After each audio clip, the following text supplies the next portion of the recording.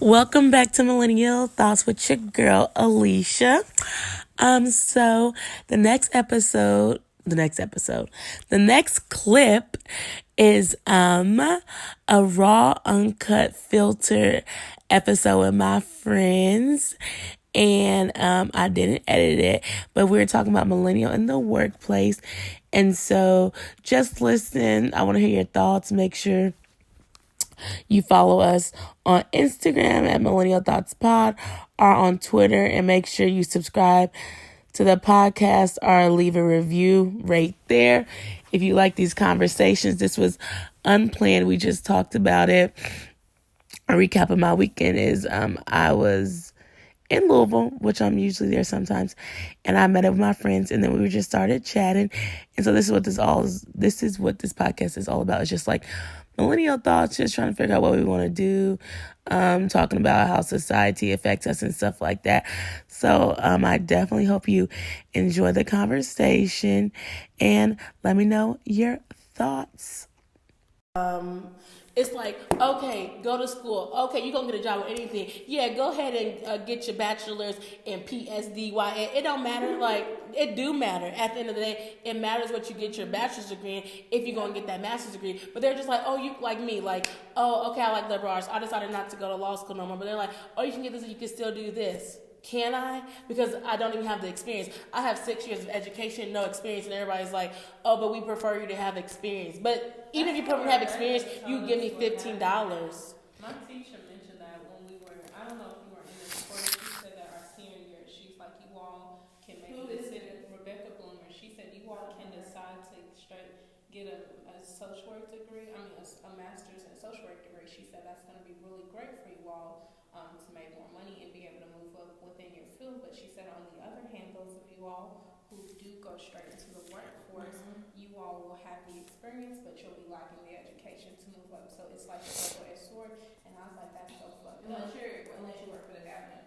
Yeah, and I didn't want to do that. Luckily for me, I went into St. Vincent Hall while I was still a practicum student, and as soon as I got my degree, which I technically didn't get, but I still graduated and walked, they increased my pay.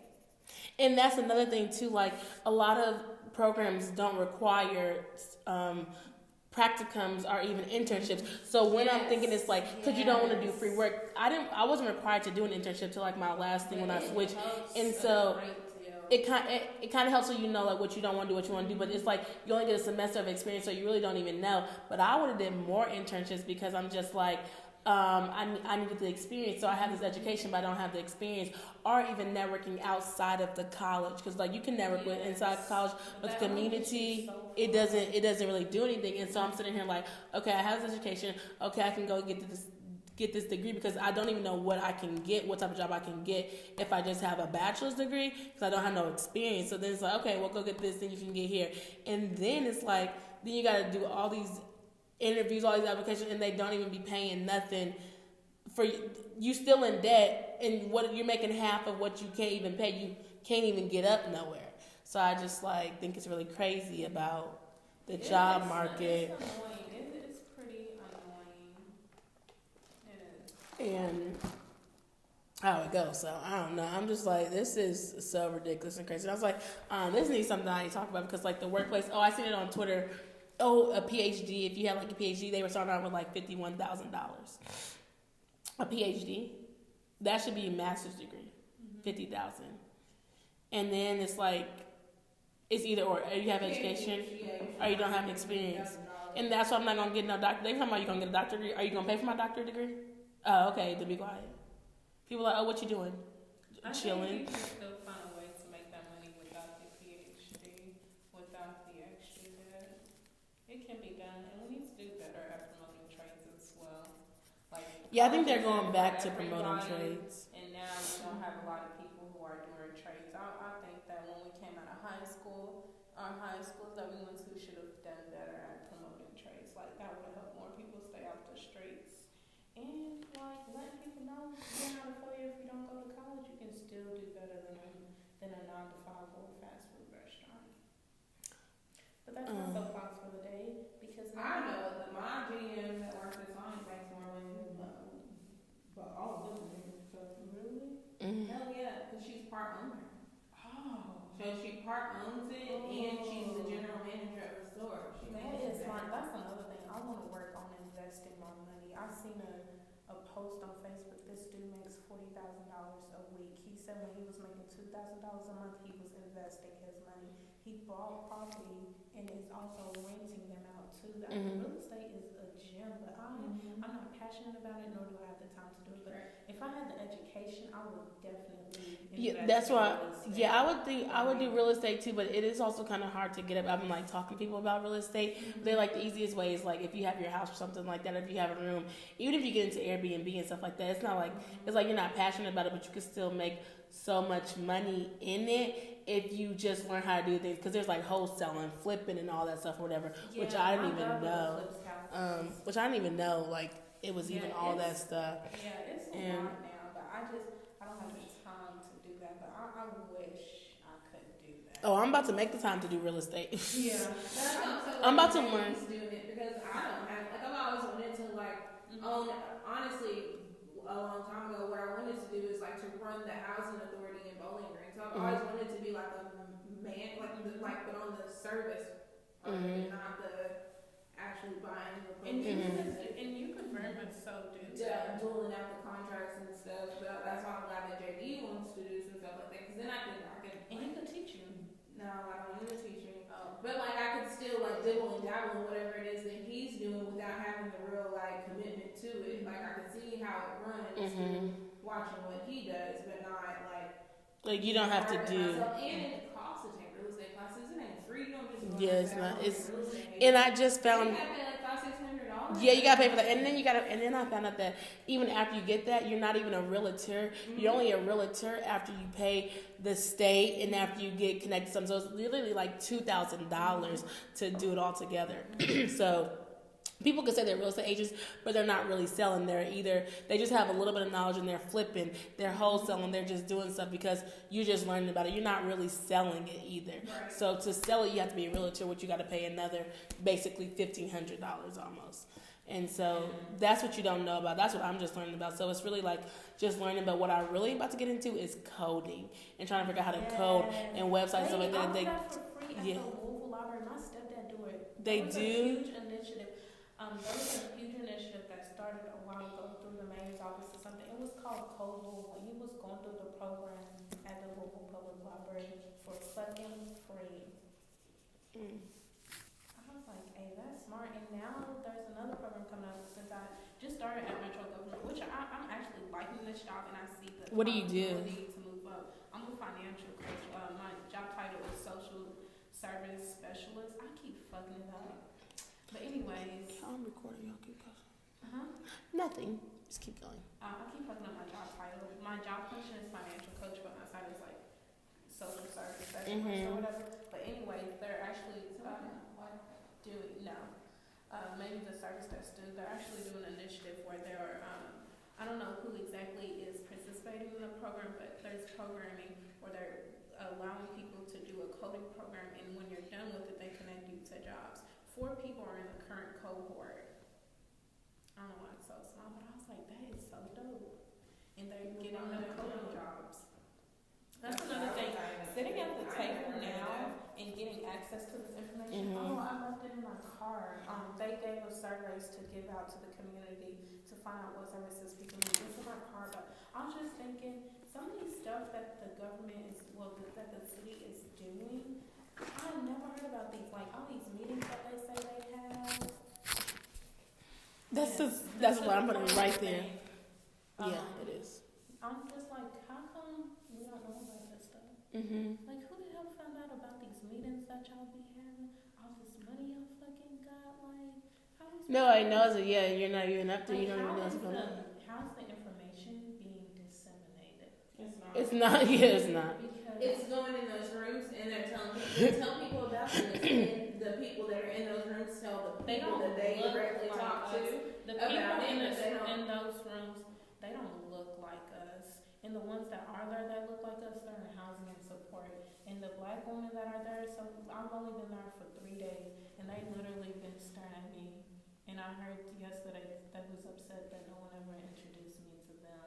I was like, so these black women in here, like, why y'all being so catty? Like, y'all staring at me. I'm the new girl. Nobody thought to introduce themselves to me. Right. Yeah, I would introduce y'all first. just on the other corner of the room Especially to new people. Yeah, and that's what I was saying. You come in and you say, hey, what's your name? I'm the new person. Start? And they were upset with my supervisor for my supervisor not bringing me to them. But my supervisor's like, I'm an introvert. I'm not going to go down there and take you to them, but you're new. And I was like, I think that they should come to me because they've been here longer. How do you feel like how do y'all feel about working in the workspace as like millennials? If you're like, you're working with people who are older and stuff like that, how do you feel it's a whole about trick. that? This is what I've been trying to like tell my job all the time is that you millennials, we come into the workforce in order to get our experience, but we don't come entry level and expect to be entry level for the rest of our lives. We are very like upward moving people. Even the most like, I'm a very like status quo, content kind of person, but even me, I don't want to be doing the same thing for the rest of my life. So I want to do something else. And you think, and also they like get confused because the way you could talk to the older generation as a boss is not the way you can talk to us. Like we're not going to stay in a toxic work environment. Yes, we're not that's why I don't stay at a job for like, more than a year and a half. If you're not serving me, I'm gonna leave. And that's what it is. It was crazy talking about that. To my pockets, my like mental health, and my everything, then I feel no worth in it. I'm about to go. So fucking true. Life is stressful enough, and especially in seeing what jobs people do. In like a social service job, you are literally dealing with everybody's problems all day long. I'm not gonna come in here and be in an argument with my supervisor. You know what I'm saying? Like that's lame. I'm not doing that. If I'm unhappy, I'm not putting out fires every day for my job and then coming to work and dealing with a toxic work environment. I'm not gonna stay if I'm not happy. I've only been here at this job, like orientation was 3 days, I was in the office for 3 days, so 5 days I guess you can say. And I'm already ready strategically placing myself so that I can move up. You have to do at least 6 trainings. All the trainings that I'm doing are all the managerial required trainings. Because I know when the opportunity presents itself, I'm out that bitch. They said, oh, I just said the B word. They said that I can, I hate the B word. It's okay. You are recording though. I just ruined your video. The plan is to, again, like I said, I'm strategically placing myself to take these trainings that are required for a manager or supervisor. So when the opportunity presents itself, that's me again making sure that I'm going to be qualified and they don't even have to worry. Like I can show them that I already did complete the trainings, making sure I do well at my job as well and making connections within the network so that I can also set myself up in a position to move up. Because like Audrey said, we're not dealing with the status quo. Y'all think it's okay to work as an assistant for 20 plus years? No, bruh. Like y'all good, but that's what I'm saying. And so in that sense, like millennials are coming in here, but this is what I was talking about the other day. It's like they think that we have what's that word called? It's like entitlement. But at the end of the day, y'all told us to go to school, y'all told us to get a degree, and y'all want us to come in here and be receptionists for the rest of our life? No, that's not what we want to do. So we're coming in here and we're not staying. We're not staying in these same places, and it's like they're like millennials don't have any whatever that word is not work ethic, like any it's like when you stay somewhere they don't have commitment to their jobs and stuff like that. Like they're not staying at their jobs forever and ever. But at the end of the day, millennials, like a lot of millennials are creatives and entrepreneurs, so honestly they're trying to figure out how to get out the shift of working a 9 to 5 in general. And then but my thing is, so how long are you going to stay somewhere if it's not feeding you? But it's like you have to pay bills, you have to still pay your like you still have to have a life. So it's like conflicted on like how long will I stay at this job, how long will I do this, because it's going to affect my mental health. And the fact of like, okay, I'm working at this job, but during my lunch breaks I'm still looking for a new job. But it's just like there's like a continuance of like they try to say millennials don't have this, millennials don't have that, but we're not saying that these jobs like our older generations 50 and 40 years. But it's like if you treat people right, then like you can do whatever. And so even when I had a job, I was going to my boss, I was telling her like I don't want to do this, I want to do this. You could talk. They were like, yeah, she talks rude to people. She ain't gonna talk rude to Alicia Nunnally.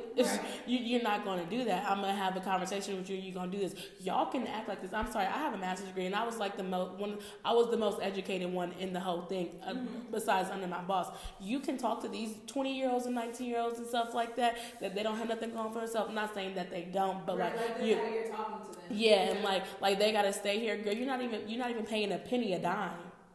You're not gonna talk to me crazy and act like you this and that, and whatever. Like, no, you got me messed up. And so I just think like millennials in the workplace, and then even with like the job market and stuff like that. Like, I just don't feel like everything lines up in like how people are fed. Like, millennials, you can live your best life, not live your best life, but like have this 9 to 5. You can make this much money if you have this degree, da, da, da. And then you come out with all these student loans, and then you're looking at jobs, and it does not equate to what people are telling you the last 5 and 4 years that you've been in college.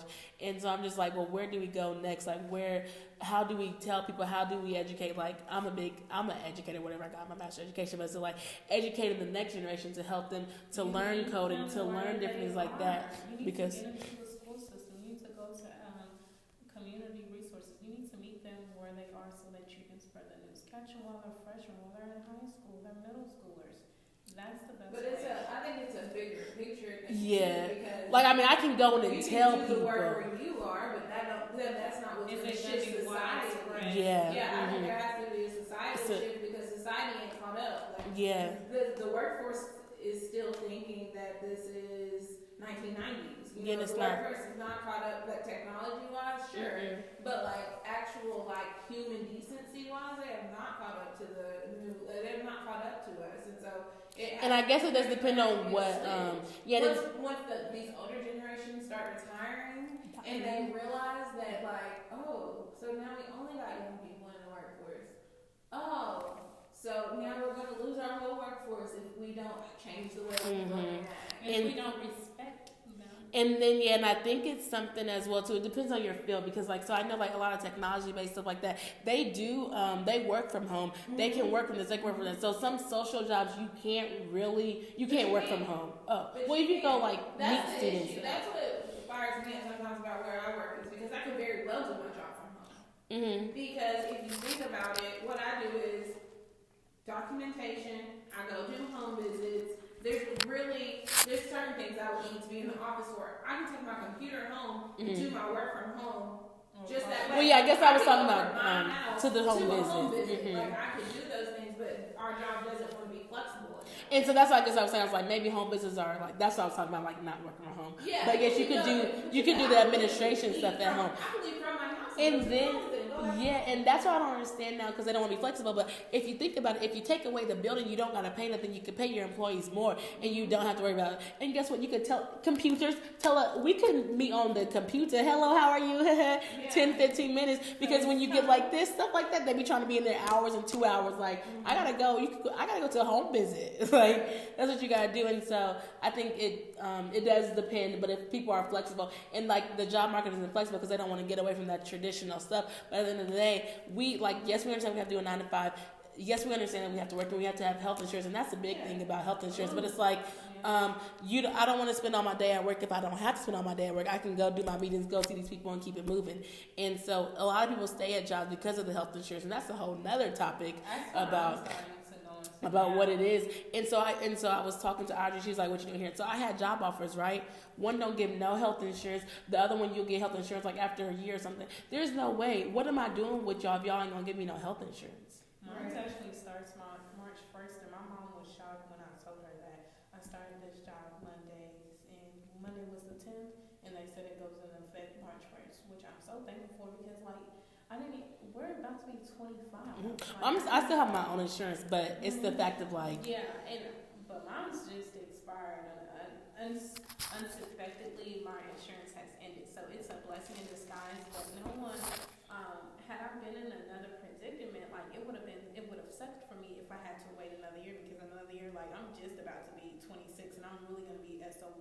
You have to be 26 in 1 year. You know, we take off our parents' insurance. But thankfully, this insurance starts on March 1st, and I'm just gonna go ahead and take it. But that is something to think about is the effects of health insurance for us. And if we are planning ahead, as we are doing, as most of us do as millennials, you're also thinking about your retirement plan. Like, what benefits does this job offer to you outside of a pay rate? And is that salary or hourly? Because then we have to think if we're salaried, sometimes they're going to work us to the bone, and it may not be worth it at all. And PTO and vacation, like I didn't think about that. Like, and sometimes you only get 5 days vacation. What? I need to go back to school for the rest of my life because what is that? And something that I've also dealt with as a millennial within the workforce is if you do decide to pursue to further your education, are they going to be flexible enough in supporting you to do that during your workout? And that's one reason why I just went in straight, like, two reasons I went straight to just get my master's education. First of all, because I didn't know if I was going to get a job because I didn't have no experience.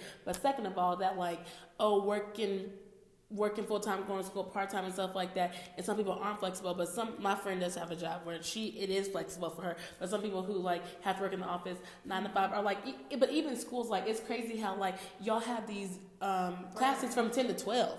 10 to 12, that's in the middle of the day. Like, I was fortunate that I didn't have to work full time and go to school, so it didn't bother me. But like 10 to 12, but then it's from 9 to 12. My lab 9 to 12, like, and like who does that? It's hurting. It hurts. Yeah. What'd you say? Yeah. Oh yeah. I was just giving it like. It's crazy hours the rest of the week. Yeah, I just like seen. Yeah, I was like in general or whatever. But even in nighttime, I don't know. I don't like 3-hour classes, point blank, period. But I guess you gotta do it how you do it. But like 6 to 9, I was going to classes from 6 to 9. Like, I don't even have that time. I don't even have that attention span. Energy too. At the end of the day, like, you have to. Yes, like going to class, going to school, and that's why I was just like, I gotta do this full time. I just gotta go full time and get done. And they talk about a school now. I would be darned to ever go back to school. Are y'all gonna pay my student loans back from everything else? Okay, then we ain't got nothing to talk about at the end of the day. I hope you really enjoyed that episode. Stay tuned next week for Living with Your Parents. And also, I do have a question. I'm thinking about starting a Patreon. Let me know if you would support it. It would be visual and audio content of life as a millennial, and it will be a storyline. So if you would enjoy it, please let me know. Comment on the Instagram post or follow me on Twitter. I'm definitely excited for the new content that will be coming. So make sure you stay tuned and have a great week.